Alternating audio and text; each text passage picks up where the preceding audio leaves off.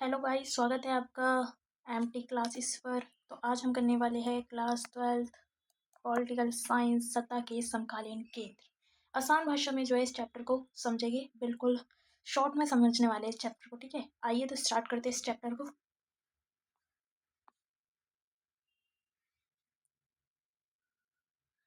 ठीक है, chapter number 2 है ये आपका। चैप्टर नंबर 1 की वीडियो आ चुकी है, अगर आपने नहीं पढ़ा तो पहले उस चैप्टर को पढ़ के आइए। ठीक है, चैप्टर नंबर 2 आज हम स्टार्ट करते हैं, सत्ता के समकालीन केंद्र। शीत युद्ध के बाद शक्ति का संतुलन बदल गया। शीत युद्ध के बाद हमने पढ़ा था ना, सोवियत संघ था एक तरफ अमेरिका, ये सब पढ़ा रखा है हमने, है ना। तो पहले दुनिया दो महाशक्ति थी, है ना। पहले दुनिया दो महाशक्ति थी। एक कौन थी? United state.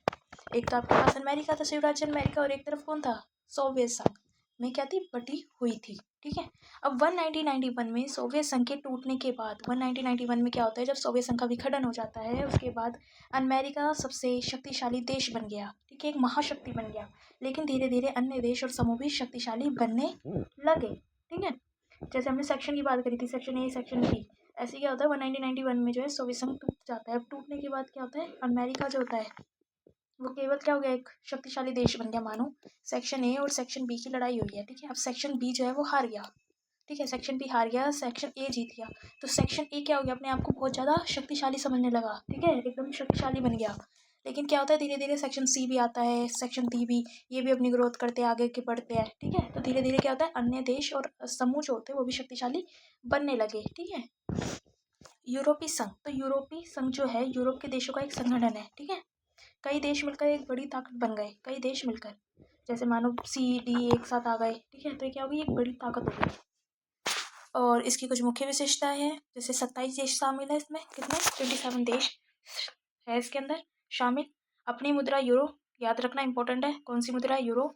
मजबूत अर्थव्यवस्था है। ठीक है, इसका उद्देश्य क्या है? इसका उद्देश्य शांति और विकास को बढ़ाना है। ठीक है, इतना आपको समझ आए, आगे चलते हैं।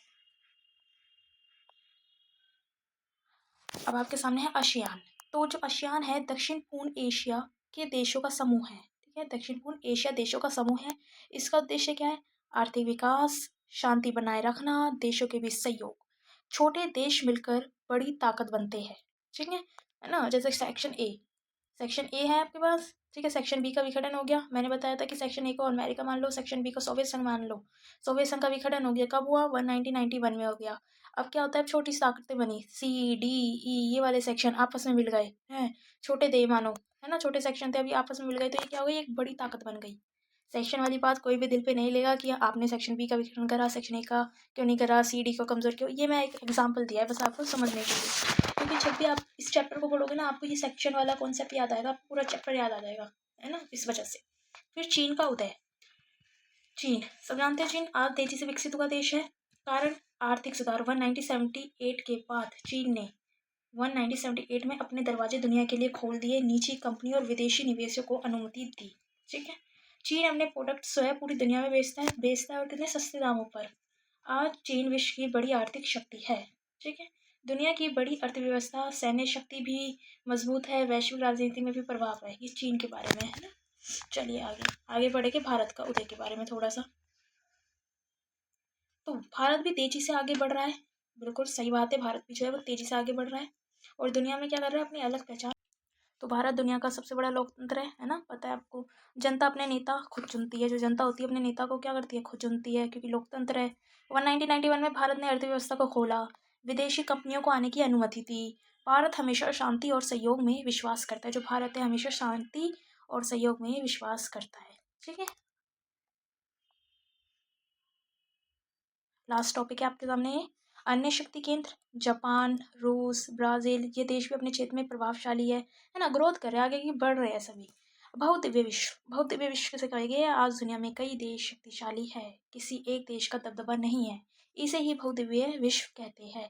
पहले क्या हुआ था? जब अमेरिका एक तरफ, सेक्शन ए मान लो अमेरिका, सेक्शन बी सोवियत संघ। जब सोवियत संघ का विखंडन हो गया तो अमेरिका क्या बचा? एकमात्र महाशक्ति बचा था, है ना। लेकिन धीरे धीरे क्या हो गया? बाकी देश अपना विकास कर रहे हैं, सी डी ई, है ना, इस तरीके से। तो आज दुनिया में कई देश शक्तिशाली है, किसी एक देश का दबदबा नहीं है।